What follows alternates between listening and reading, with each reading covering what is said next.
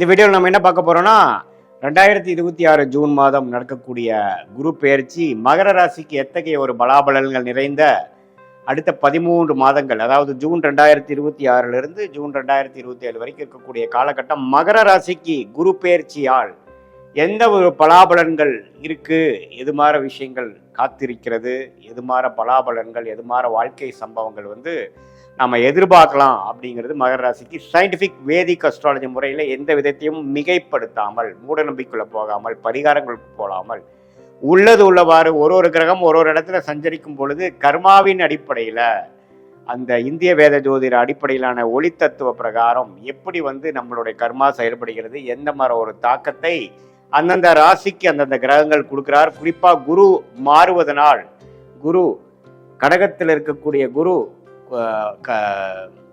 மிதுனத்தில் இருக்கக்கூடிய குரு கடகத்துக்கு மாறுவதனால் ஜூன் 2ஆம் தேதி என்ன மாதிரி ஒரு தாக்கத்தை கொடுக்கிறார். அந்த கடகத்திலேயே ஒரு வருடம் இருக்கும் பொழுது அந்த நவம்பர், டிசம்பர், ஜனவரி மிடில் பீரியட் 3 மாதம் பார்த்தீங்கன்னா அதிவக்ரமாக சிம்மத்துக்கு போனாலும் என்னவித தாக்கத்தை மகர ராசி கொடுக்க போகுதுங்கிறது நம்ம பார்க்க போகிறோம். இப்போ பாருங்க, குரு மிதுனத்திலிருந்து கடகத்துக்கு மாறுவது ஒரு அருமையான விஷயம். ராசியை குரு பார்க்கிறார். இதுவரை ராசியை குரு பார்க்காமல் 12ஆம் இடத்தை பார்த்து, 2ஆம் இடத்தை பார்த்து, 10ஆம் இடத்தை பார்த்து பல விரயங்கள், சுப விரயங்கள் சில பேர்த்துக்கு, அசுப விரயங்கள் நிறைய பேர்த்துக்கு போய்கொண்டிருந்தது மகர ராசிக்காரர்களுக்கு. ஏன்னா 12ஆம் இடம் என்று சொல்லப்படுகிற தன்னோட வீடை தன் குரு பார்த்து கடன், நோய், வம்பு வழக்கல், விரயங்கள், கையில் இருக்கிற காசு செலவு வேணால் பயங்கரமாக ஆகுதுக்கு நம்ம செலவு பண்ணுற டெண்டன்சியில் அதிகமாக போய்கொண்டிருந்த மகர ராசிக்காரர்களுக்கு முதல் இம்ப்ரூவ்மெண்ட் என்ன நடக்குதுன்னா, முதல் செலவு கம்மியாகும்.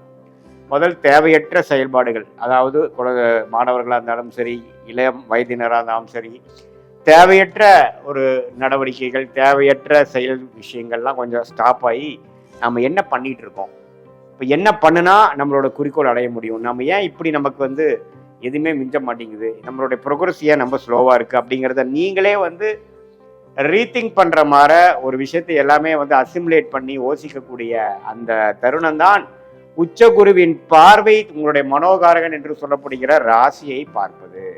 ஸோ இதுவரை நீங்கள் என்னென்ன தவறுகள் பண்ணிட்டு இருந்தீங்க, எது மாதிரி விஷயங்களை நீங்கள் மிஸ் பண்ணிட்டீங்க, எது மாதிரி விஷயத்தை கழித்து எது மாதிரி விஷயத்தை நம்ம டெவலப் பண்ணோம்னா எப்படி நம்ம போகலாம் அப்படிங்கிற விஷயங்கள், அதாவது self development, job development, employment development, personal development, professional development எல்லாத்துலேயுமே கான்சென்ட்ரேட் பண்ணக்கூடிய ஒரு தருணமாக மகர ராசிக்காரர்களுக்கு இந்த உச்சகுருவின் பார்வை 7ஆம் இடத்துல உச்சம் பெற்று ராசியை பார்ப்பது கொடுக்குதுங்க. இது 12 வருஷத்துக்கு ஒரு தடவை வரக்கூடிய அமைப்பு. இது எல்லா டைமும் வராது.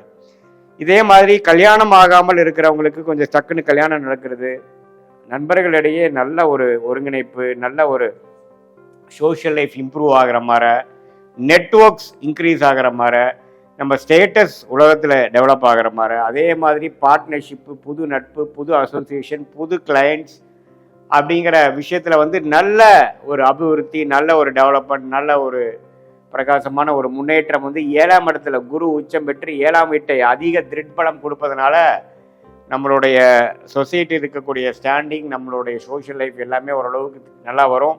நமக்கு ரெக்கக்னிஷன் கிடைக்கும். நம்ம என்ன தொழில், என்ன வேலையில் இருக்கிறோமோ கொஞ்சம் name and fame and recognition கிடைக்கக்கூடிய ஒரு தருணமாக இருக்கிறது. உங்களுக்கு யோகமான தசைகள் போய் கொண்டிருந்தால் இன்னுமே நான் சொன்னது இன்னுமே நல்லாவே நீங்கள் ஃபீல் பண்ணுவீங்க. சனி 3ஆம் இடத்துலேருந்து 7 நாள் சனி முடிஞ்சு மகர ராசிக்கு 3ஆம் இடத்துல சனி இருக்கிறார். அதே சமயத்தில் ராகு 2ஆம் இடத்திலும், கேது 8ஆம் இடத்திலும் இருக்கிறார். இத்தகைய ஒரு அமைப்பு பாருங்க. ராசியை குரு பார்க்கறதுனாலும் 2ஆம் இடத்தை ராகு இருக்கிறதுனால சம்டைம்ஸ் அப்ஸ் அண்ட் டவுன்ஸ் ஃபினான்ஸில் இருக்கும். பேச்சில் கொஞ்சம் பார்த்து பேசணும். கோவத்தில் சட்டுன்னு ஏதோ ஒன்று பேசிட்டு அதுக்கப்புறம் அது நம்ம பிரச்சனையாக போய் அதை டீல் பண்ணுற கஷ்டப்பட வேண்டிய அவசியங்கள் உண்டு. அதே சமயத்தில் நம்மளுடைய வருமானம், குடும்ப விஷயத்துலேயும் கொஞ்சம் கேர்ஃபுல்லாக இருக்கணும். ஏன்னா 7ஆம் இடத்துல 2ஆம் இடத்துல இருக்கக்கூடிய ராகு, 8ஆம் இடத்துல இருக்கிற கேது எந்த ஒரு சுப பார்வை இல்லாமல் இப்படி இருக்கும் பொழுது என்னதான் நமக்கு மனசில் உற்சாகம் அடைஞ்சு நம்ம கொஞ்சம் ஒழுக்கமாகி பழைய விஷயங்களை கழித்து புதிய ஒரு விஷயத்துக்குள்ளே நம்ம போனாலும் ஃபினான்ஸ் இம்ப்ரூவ் ஆகிறதுக்கு இந்த செப்டம்பர் மாதம் ஆகும். ஏன்னா செப்டம்பருக்கு அப்புறம் தான் ராகு பயிற்சி ஆகி ராகு 2ஆம் இடத்துலேருந்து விலகிறார். ஸோ இந்த செப்டம்பர், அக்டோபர் வரைக்கும் அருமையான டைம். அதுக்கப்புறம் பார்த்தீங்கன்னா அதிவக்ரமாக குரு 8ஆம் இடத்துக்கு போவதனால இன்னும் கொஞ்சம் வெளிநாடு விஷயங்கள், இன்வெஸ்ட்மெண்ட் விஷயங்கள், வெளிமாநில விஷயங்கள், கொஞ்சம் கூட்டு தொழில் முயற்சி, கொஞ்சம் பல சோர்ஸில் பணம் வருவது, சுப முதலீடு, அது மாதிரி சில நல்ல விஷயங்கள் நடந்து பண விஷயத்தை கொஞ்சம் பெருக்கக்கூடிய, பணப்புழக்காட்டத்தை கொஞ்சம் இம்ப்ரூவ் பண்ணக்கூடிய, அபிவிருத்தி பண்ணக்கூடிய நல்ல ஒரு அமைப்பு மகர ராசிக்காரர்களுக்கு இந்த ஆண்டு முழுவதும் இருக்கு. குறிப்பாக நவம்பர், டிசம்பர், ஜனவரியில் இதை நீங்கள் ஃபீல் பண்ணலாம். அடுத்த வருஷம் ஜூன் மாதம் வரைக்குமே குரு கடகத்திலேயே இருந்து ராசியை பார்ப்பதனால் மனம் உற்சாகமடையும். பழைய மாற இருக்கக்கூடிய கடன் தொல்லைகள், தேவையற்ற செலவுகள் அதெல்லாம் இல்லாமல் ஓரளவுக்கு கண்ட்ரோல்டாக, டிசிப்ளின்டாக, நம்மளுடைய செயல்திறனில் கிளாரிட்டியோட, பர்பஸோட வாழக்கூடிய அமைப்புகள்.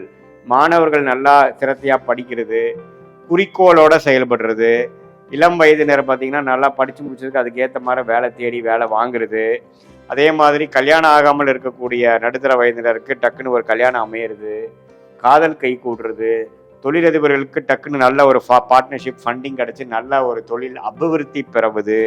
அதே மாதிரி சீனியர் சிட்டிசனுக்கு பார்த்தீங்கன்னா ஒரு மன சோர்வோடு இருந்தவங்களுக்கு ஒரு உற்சாகம் பெறுவது, பழைய ஃப்ரெண்ட்ஸோட ரீகனெக்ட் ஆகுறது, அப்படிங்கிற மாதிரி ஒரு சுவாரஸ்யமான சில விஷயங்கள், பல விஷயங்கள் நடக்கக்கூடிய ஒரு அற்புதமான ஒரு ஆண்டாக இந்த 2026 ஜூன் மாதம் முதல் அடுத்து வரக்கூடிய ஜூன் 2027 வரைக்கும் வரக்கூடிய 13 மாதங்கள் மகர ராசிக்கு ஓரளவுக்கு நல்ல பலன்கள்.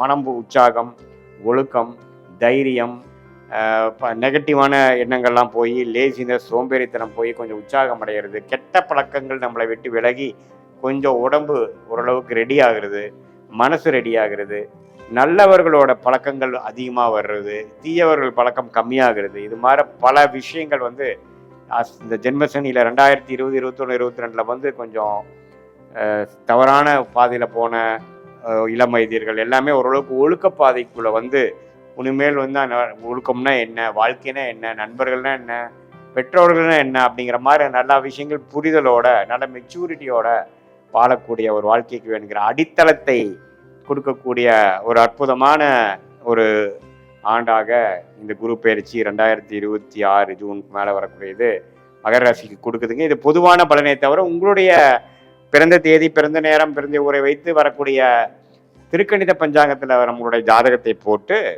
அதில் எது மாதிரி தசாபுக்திகள் போயிட்டுருக்கு, நீ என்ன லக்னத்தில் பிறந்தீங்க, என்ன நட்சத்திரத்தில் பிறந்தீங்க, மகர ராசியில் அவிட்டமா, திருவோணமா, உத்திராடமா, எந்த நட்சத்திரத்தில் பிறந்தீங்கிறதெல்லாம் நம்ம சேர்த்து வைத்து பார்க்கும் பொழுது இப்போ நம்ம பேசின தசாபுக்திகளும் சேர்த்து அதே மாதிரி இப்போ இந்த தசநாதன் புக்திநாதனும் இப்போ கோச்சாரத்தில் எது மாதிரி அமைப்புகளும் போறாருங்கிறது சேர்த்து வைத்து பார்க்கும் பொழுது அடுத்த வரக்கூடிய ஷார்ட் டேர்ம் 3 மாதம்லேருந்து ஒரு 6 மாதம் வரைக்கும் இருக்கக்கூடிய ஷார்ட் டேர்ம், அடுத்த வரக்கூடிய லாங் டேர்ம், இதெல்லாம் எப்படி இருக்க போகுது உங்கள் ஜாதகத்துலங்கிறது கரெக்டான ஒரு கிளாரிட்டியோட பார்த்து அதுக்கு தகுந்த மாதிரி முடிவுகளை நீங்கள் எடுக்கும் பொழுது வாழ்க்கையில் எதிர்நீச்சல் போடாமல் எளிதில் வெற்றி பெற முடியும். சயின்டிஃபிக் வேதிக் அஸ்ட்ராலஜி மூலமாக நீங்கள் பலன் பெற முடியும் என்று சொல்ல விரும்புகிறேன். மீண்டும் மற்றொரு காணொலியில் சந்திப்போம். நன்றி, வணக்கம்.